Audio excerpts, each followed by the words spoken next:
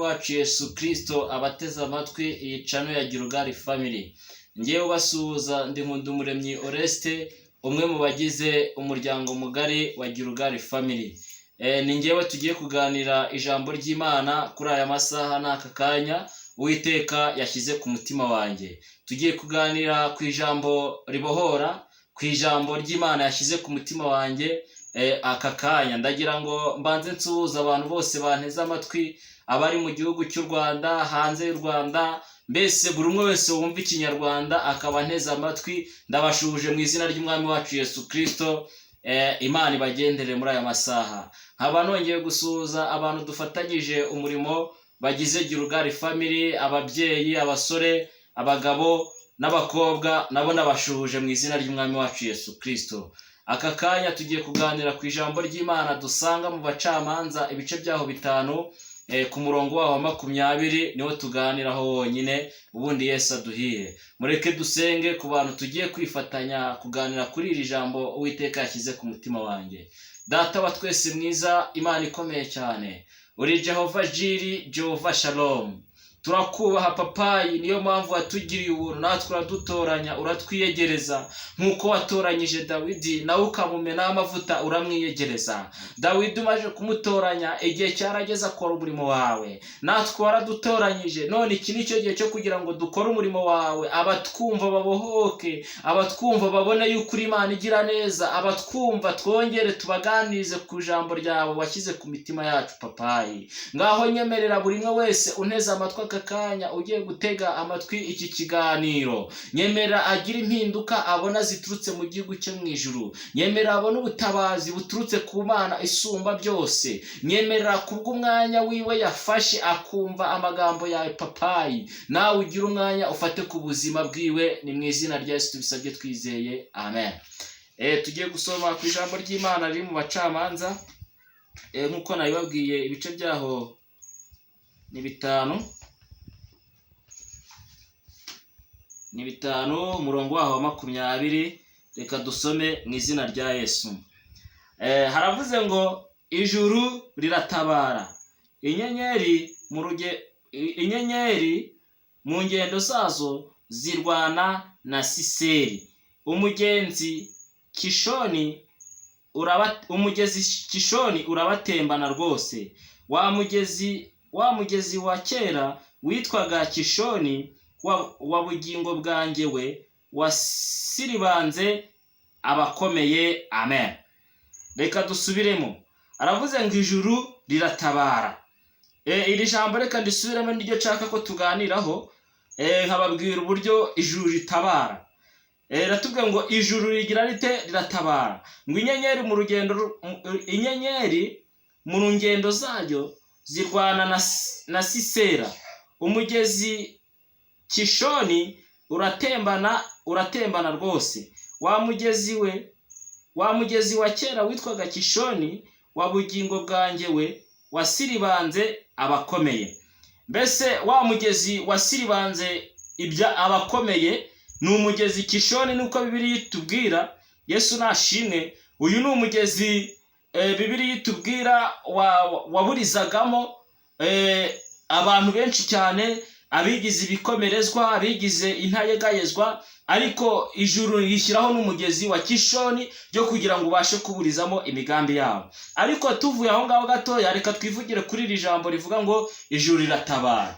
Nuvuga ngo ijuru riratabara. Nshuti baduteze amatwi aka kanya, ndagira ngo mbabwire ukuntu ijuru ritabara. Ijuru riratabara. Twabonye ijuru ritabara mu ijuru ngo inama igiterana ikiga ku mwana w'umuntu, yarangiza ikohereza igisubizo cyo kumutabara. Ndagira ngo mbabwire ngo ijuru ryatabaye abagabo benshi cyane, rihereye kuri Morodekayo. Ijuru ryarateranye, rirangije ryiga ku mugaragu waryo Morodekayo, rirangije riramutabara. Mbese kugira ngo ijuru rimutabare habaye competition kompetisiyo ikomeye mu gihugu cyo mu ijuru. Ngo Imana irangije itekereza ku Bayuda, ariko bica kuri Morodekayo. Ngo Morodekayo aza kumva amakuru, Yesu nashimwe, kuko umwami yasenze umugore we. Yesu nashimwe. Ngo arangije ngo atuma ku Bayuda, ngo arababwira ngo namwe mutoranye umukobwa uzaza kwitabira, Yesu nashimwe, ipiganwa cyangwa se nkuko bajya gutora ba misi. Ngo Abayuda barasenga Imana, ngo barangije batoranya umukobwa witwa Esteri, bamwohereza ibwami ho kujya kubahagararira. Ariko ngo nubwo bamwohereje, bo bagendanye n'ijambo ndetse n'umwuka w'Imana.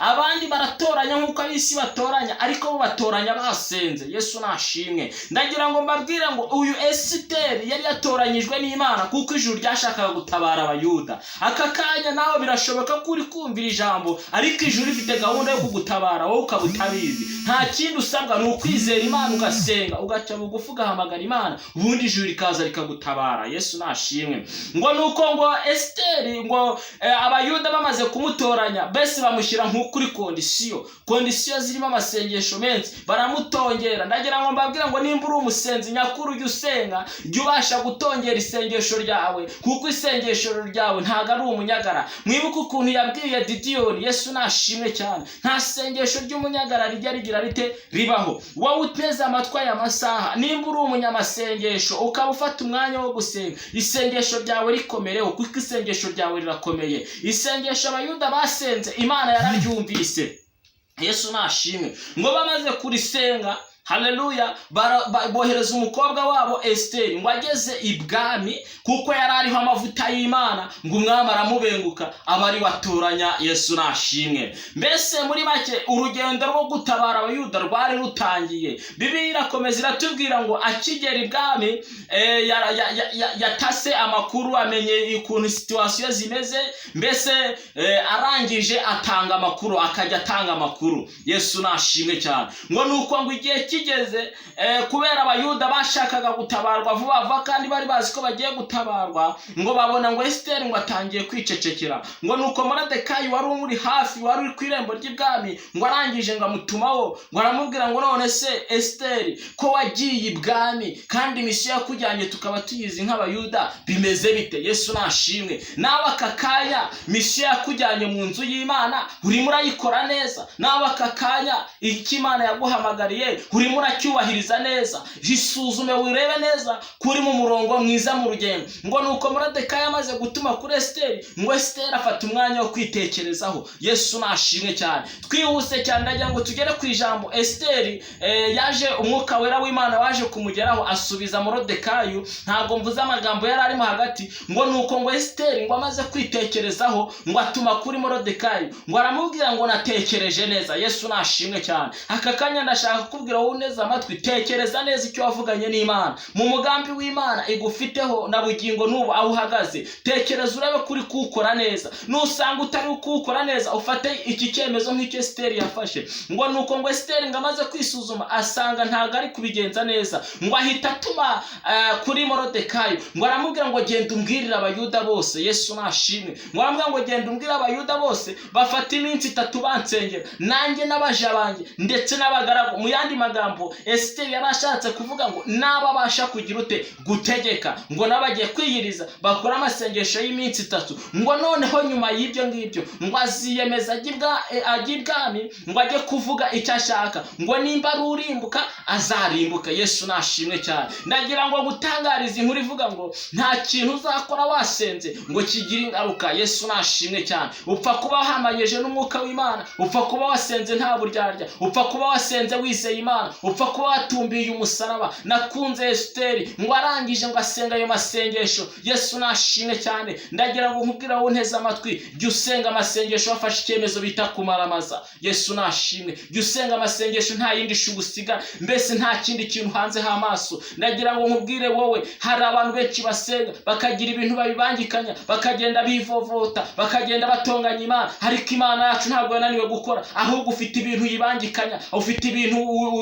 ugenda uwomatanye ubangikanya n'Imana, ariko rekura iyo migozi uhanga amaso ku musaraba urebe ngo ijuru riragutabara. Yesu nashimwe cyane. Ijuru riratabara, twarabibonye, byatabaye muri Gilgal family, ritabara abagabo batari bafite icyerekezo. Ijuru rirongera rirabatabara, ritabara abasore batagiraga imibereho. Ijuru ritabara abakobwa batari bafite abagabo. Twabonye Imana igira neza. Namwe nimwizere Imana. Wowe unteze amatwi aka kanya, ndagira ngo nkubwire ngo ijuru riratabara. Yesu nashimwe. Ijuru ryatabaye Abayuda biciye kuri Esiteri, inkuru ziramamara. Yesu nashimwe cyane. Ndagira ngo nkubwire wowe munyamasengesho, wowe muntu wizera Imana, wowe wumva gusenga, wowe ubikunda, ndagira ngo ubigire intwaro, ubigire ifunguro rya buri munsi. Imana izagutabara mu kibazo cyawe. Ijuru ryatabaye Petero. Yesu nashimwe cyane. Rirangije rimutekerezaho ngo yari amaze ijoro we na Yohani ngo barimo baroba, ngo ariko nta kintu bigize babona. Ngo nuko ijuru rirangije rirabatekerezaho, umunsi wo gutabara ugeze, ngo Yesu Kristo ngo arangije ngo arahanyura,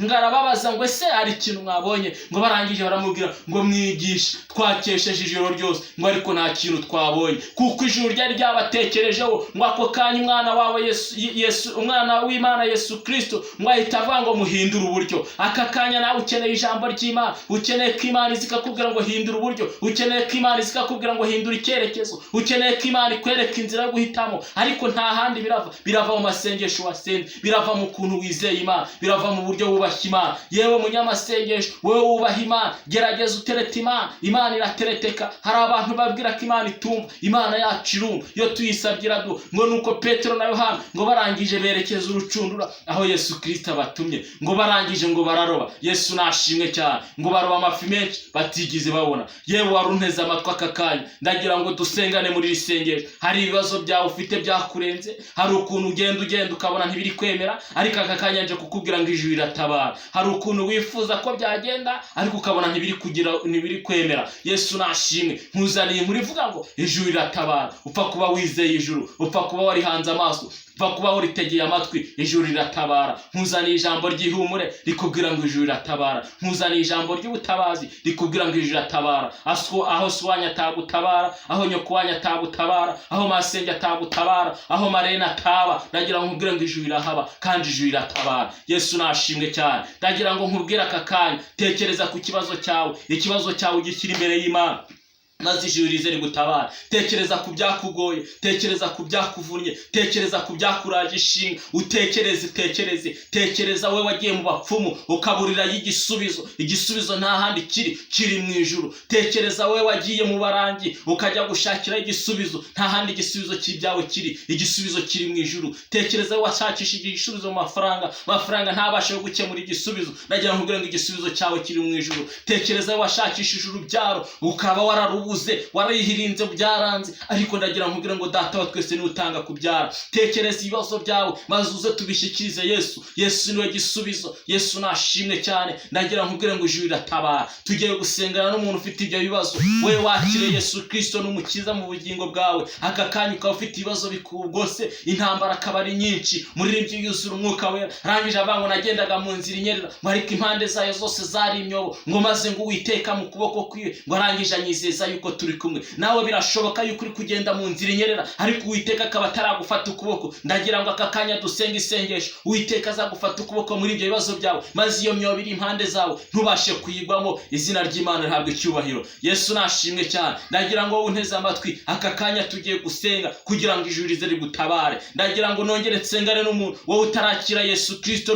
n'umukiza mu buzima bwawe. Ndagira ngo nawe wumve rino sengesho. Nta kindi gisubizo uzabona, nta handi amahirwe yawe ari mu ijuru. Uzakubeshya ngo hari ahandi amahirwe yawe ari, hazaba kubeshya. Yesu nashimwe cyane, kuko twe namenye igeno ry'umuntu turikura mu ijuru. Yesu ni ubumenye byacu. Yesu ni utugiraho isezerano rifatika. Yesu nashimwe. Nasomye ijambo riramubwira ngo yatugizeho isezerano tukiri mu nda za bamama, mbese tukiri insoro. Nta wundi muntu wigize kugiraho isezerano uretse Yesu Kristo. Wowe wakumenye ukiri urusoro mu nda ya mama. Yesu nashimwe cyane. Niyo mpamvu ukwiye kumwizera. mwizera, ndagira ngo wowe uba mu bintu bidafututse bimwe Satani ashima ahubwo Imana yanga, ndagira ngo aka kanya ugire umwami urekura wemerere Yesu Kristo aze mu buzima bwawe. Mureke dusenge. Ngiye gusenga amasengesho abiri, nsengera abantu kugira ngo Uwiteka babohore, nsengera abantu kugira ngo Uwiteka azabafate ukuboko. Abo ni abamenye Yesu Kristo bakamwizera, aka kanya bakaba bafite intege nkeya, hakaba hari amajwi Satani agenda abongorera ngo nta handi igisubizo cyawe kiri, akabereka inzira zidafututse. Ndashaka gusenga isengesho nkababwira ngo ijuru riratabara, nimukomeze muryizere. Nkongera ngasenga n'abantu batarakira Yesu Kristo n'umukiza, nkababwira ngo aka kanya nimumwegere kuko niwe buye rizima ngo ryanzwe n'abubatsi, ngo ariko ku Mana ryaratoranijwe.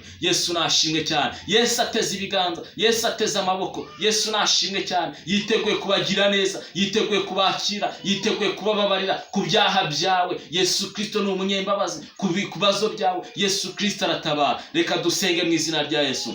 Data wa twese mwiza, Imana ikomeye, Imana itabara, ireberera indushyi, abapfakazi, abakene, abatishoboye. Nsengeye aba bantu bari barakumenye, ariko aka kanya hakaba hari amajwi ya Satani ari kubongorera ngo nta kintu bamariye. Ndagira ngo mbohoze iyo migozi, iyo yose igomeza kubafata, nongera kubasunikira kuri Yesu. Yesu tabara, Yesu ugira imbabazi, Yesu bohora, Yesu ugira ikintu akora akanagikomeza. Nyaguhora ku ngoma Imana, nsengeye abantu bose banteze amatwi, wari ufite ikibazo gitandukanye mu izina ryawe Yesu. Nsengeye abanteze amatwi bari barwaye, aka kanya nibabohoke. Twabonye uri Imana ikiza kanseri, twabonye uri Imana ikiza ibitega, twabonye uri Imana ikiza nyabingi, twabonye uri Imana itanga uburyo. Mana nubakize. Nsengeye abantu banteze amatwi bari barahombye ibyabo, Uwiteka ukura mu bihombo. Nyemera abantu bawe bavane mu bihombo, abari barabuze igishoro, Uwiteka nubaha igishoro. Hari ababuze amahoro, nsabye amahoro papayi, erega amahoro aturuka mu ijuru. Nta yandi mahoro twabona, iyi si nta mahoro twayibonamo, ariko twizeye Yesu tuzayibonamo amahoro. Twizeye Kristo tuzabona ibyiza byo mu ijuru. Nsengeye buri mwe wese unteze amatwi ufite icyifuzo gitandukanye, aka kanya Uwiteka numugirire neza. Buri wese Kristo umwumvire, kuko wavuganye natwe, uravuga ngo uzajya utwumvira ku munsi w'amakuba. Nsengeye n'abantu batarakira Yesu Kristo n'umukiza wa Mana. Data wa twese, nemera ubohereze mwuka wawe wera, mwuka wera wemeza umuntu, mwuka wera wemeza umuntu ibyaha byiwe, mwuka wera wemeza umuntu akamurondora, mwuka wera murondozi, mwuka wera ugira ukuntu abigenza. Mwuka wera nagende muri bano bantu banteze amatwi, nabo batari bakira Yesu Kristo n'umukiza, nabo bamwakire, babona impinduka mu buzima bwabo. Icyubahiro n'ikibi cyawe Mana. Turagushimiye rero, ngaho nyemerera uganze abantu bose banteze amatwi. Mbasabiye umugisha, mbasabiye kubohoka, mbasabiye ubutsinzi, mbasabiye ubudahangarwa buturuka heraho mu ijuru. Icyubahiro n'ikibi cyawe Mana. Urakoze urakarama, ngaho ganze utegeke, bisabye nizeye mu izina ryawe Yesu,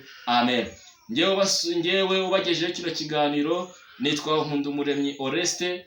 Nkuko nabibabwiye, nanjye nkaba ngize umuryango wa Girugari Family. Mujye mudukurikirana umunsi ku munsi, tukomeze tuganire inkuru z'uyu mugabo, kuko uyu mugabo agira neza, bugacya bukira. Ni umwami utanga amahoro, ni umwami ubohora, ni umwami urengera indushyi n'imbabare. Natwe twabonye ari umwami mwiza. Tubonye imirimo yadukoreye twumva ntitwabyihererana, turavuga ngo reka dusangize abandi ubutumwa bwa Yesu Kristo kugira ngo nabo bumve ko Yesu agira neza. Murakoze. Ciao ciao.